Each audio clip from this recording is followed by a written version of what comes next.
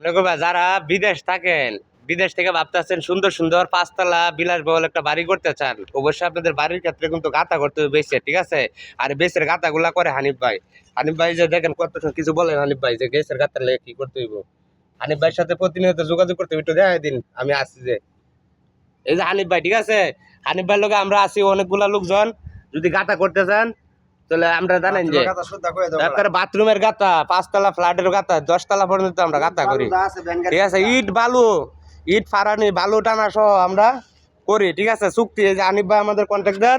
যদি হানিফ ভাইয়ের আপনার চিনা থাকেন অবশ্যই হানিফ ভাইয়ের সাথে যোগাযোগ করবেন, আর নাহলে আমার এই কমেন্ট বক্সে যোগাযোগ করবেন। আমতলা মোড়, শ্রীপুর, গাজীপুর, ঠিক আছে। আমতলা মোড় মেঘনার সামনে আমরা বাসা।